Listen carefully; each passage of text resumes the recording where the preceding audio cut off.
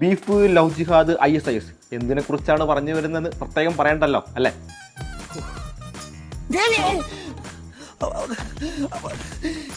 ഇത് കണിയല്ല കെണിയാ.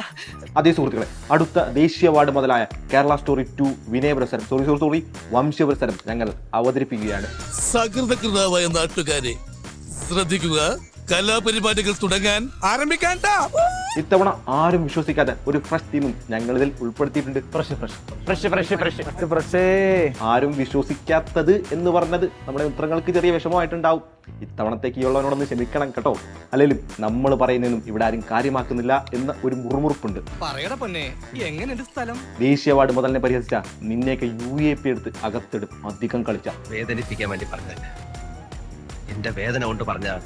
ഇനി കാര്യത്തിലേക്ക് വരാം. വെറുതെ അതും ഇതൊക്കെ പറഞ്ഞ് സമയം പോയി. ഇവന്മാരെയൊക്കെ നമ്മുടെ എന്നെയെ നോക്കിക്കോളും. ഇനി ഫ്രഷ് ടീം അതല്ലേ, ഒരു ഇരുട്ടുമുറി, അതിലൊരു മലയാളി അവളോട് ബീഫ് കഴിക്കാൻ പറയുന്നു. അവളത് തട്ടിയെറിയുന്നു. കഴിക്കാൻ വിസമ്മതിച്ച പെൺകുട്ടിയെ ബലം പ്രയോഗിച്ച് കഴിപ്പിക്കുന്നു. രോമമെണീറ്റ് നിന്ന് കൈയടിക്കുന്നല്ലേ. നിന്റെ തലയ്ക്ക് വല്ല അസുഖമുണ്ടോ? ഇല്ല.